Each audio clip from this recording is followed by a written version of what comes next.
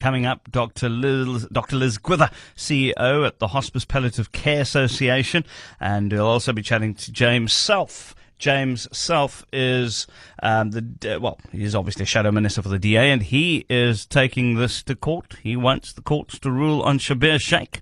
Schabir Shaik, 8 years. 8 years is how long he's been terminally ill. And if one just looks at some of the latest news, as a matter of fact, about 4 days ago, Justice and Correctional Services Minister Michael Masuta said that the condition of President Jacob Zuma's former financial advisor, Schabir Shaik, is still considered to be terminal more than 8 years after he was released on medical parole. So there you go. Is it possible to be terminally ill for 8 years? That is the key question. So we'll chat to Dr. Liz Gwyther, as I said, CEO at the Hospice Palliative Care Association. Dr. Gwyther, thank you very much for your time. Thank you, Kino. It's good to be on the show. Great to have you on. And James Self, the DA Federal Chair. Very good having you on the show, James. Thank you very much for having me. Great. So now, Dr. Gwyther, let's start with you. If Kino Cummings has hypertension, he applies for parole because he gave Zane Johnson money, you see, and he wasn't supposed to. And Zane Johnson gave him everything that he needed in return. And of course, Kino then goes to court, says, "I've got hypertension. I'm terminally ill. I get parole." Is it possible to be terminally ill for 8 years? So it depends how you define terminal illness. A colleague of mine tells me life is a terminal illness, that we are all at one stage going to die. But in common understanding, terminal illness means that we're close to death. And clearly, Schabir Shaik was not close to death when he was released on medical parole. And one would imagine when in law you talk about terminal illness, you have to refer to the medical definition of being terminally ill. Yes, and which is where there's a problem. Okay, now please unpack that for me. Okay, so I and a lot of my colleagues prefer not to use the term terminally ill. Sure. Firstly, because clinically we're going to be wrong. Prognosis is very inaccurate. And unless a person is within a couple of days of dying, it's impossible to actually say a person is terminally ill. And on the other hand, it's not great as a patient to be told you're terminally ill. It's a very challenging concept to get your head around. And especially when you actually are feeling that you're not so sick that you're about to die, because that's in what everybody's mind terminal illness means. So in fact, we don't use very frequently the term terminally ill. We prefer to talk about a serious illness. And I would also contest that Schabir Shaik has a chronic illness, but it's well controlled, so it's not even something that I would define as a serious illness. Is it the type of illness? Is it the type of illness that could easily be treated, even if you were in jail? Absolutely. I mean, hypertension is a chronic illness. It's one of the ones that really is a problem in our society, but it is absolutely treatable, so that we can control high blood pressure. The issue is that high blood pressure is something that can cause a sudden death. Yeah. But it doesn't mean to say that a person's terminally ill. I mean, Schabir Shaik could have a stroke today and die, but it doesn't mean to say he's terminally ill. He has chronic hypertension, which he himself says is that his pills are keeping him alive.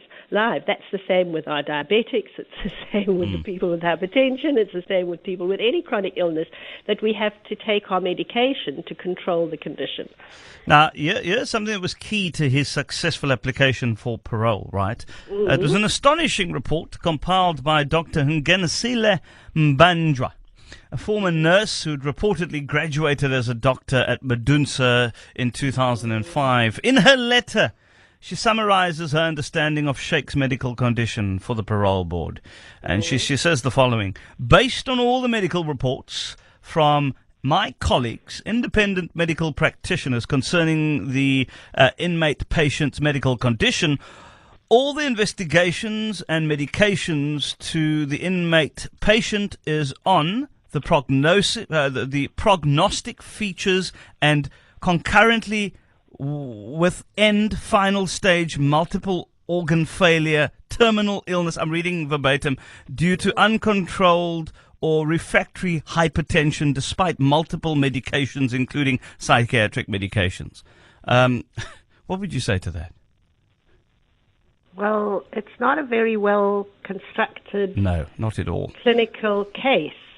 And of course, a lot of people, a lot of older people Yes. are on multiple medications. Yes. And on medications, for example, this was for hypertension and for depression. I mean, people are on medication for more than one, what we call comorbidities. Yes. And it doesn't make a person close to death. And that's what one considers the definition of terminal illness.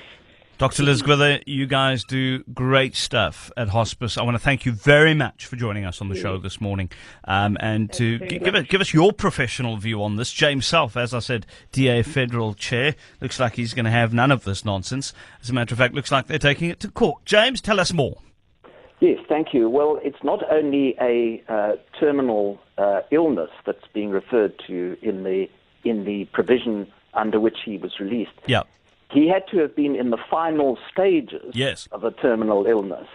And then the Act went on to say, in order to die a dignified and consolatory death. So clearly within the meaning of that provision, death was imminent. And as you correctly said at the beginning, 8 years on, he's still hale and hearty and spending a day a week playing golf.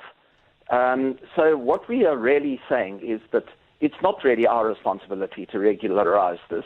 It is that of the Minister of Justice, and that he should approach a competent court to get a just and equitable order that will either see Mr. Shaik return to prison or at very least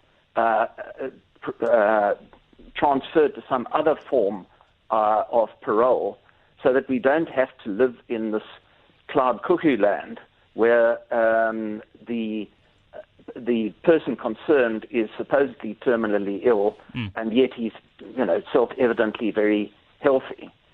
So it's only if the minister actually refuses to do that will we consider our options, including reviewing that decision of the doctor concerned, because that was quite clearly not a rational response. Given what he said 4 days ago, James, he said that Schabir Shaik is still considered to be terminally ill more than 8 years after release. He said this in a written reply to a question from the Democratic Alliance. Why would you still ask him to go to court when he seems hell-bent? And we are talking about Michael Masuta here. He hasn't covered himself in glory. Why would you expect him to go to court to do this? Well, because it's, I suppose, the right thing to do. And he has the resources to do it. And if we have to do it, we have to use our own resources. Yeah. But what I plan to do is I plan to have an appointment with him and to explain to him that this is bringing the entire system of medical parole into disrepute, that there are people inside the prisons at the moment who are desperately ill, and because of Schabir Shaik's case, there's now a much more rigorous process that people have to go through to be released on medical parole. And, these people stay in prison, and Mr. Shaik, 8 years on, enjoys all the benefits of the old system. And I just don't think it's fair to the people who are sick in prison that this situation should continue to confront us. Yeah, James, I listened to this, and I know what you mean by all of this, but you might as well ask Faith Mutambi to pay back all the money for her family members that she flew to Parliament. Yes. She will. Sooner or later. And I would imagine a court will tell her to do that, yes, and not any of the president's minions. Yes. I hear what you're saying, and it probably will land up in court, and we will have to take Masuta to court in order to do that. But be that as it may, we'll still at least invite him to do the right thing. And this is South Africa. Schabir Shaik's council will probably stand up and say, oh, it's been a miracle. Look, he can levitate. I don't know. So we'll see what happens. But James Self, thank you so much for joining us, the DA Federal Chairperson. We also had Dr. Liz Gwyther, CEO of Hospice Palliative Care. She doesn't believe that Schabir Shaik was terminally ill at all. But then again, we do live in South Africa.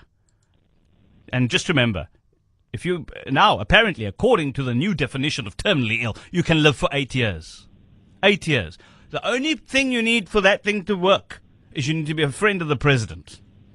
Be a friend of the president and you can live for 8 years longer. Schabir Shaik could have been dead 7 years ago. He's still playing golf. Someone give me a break.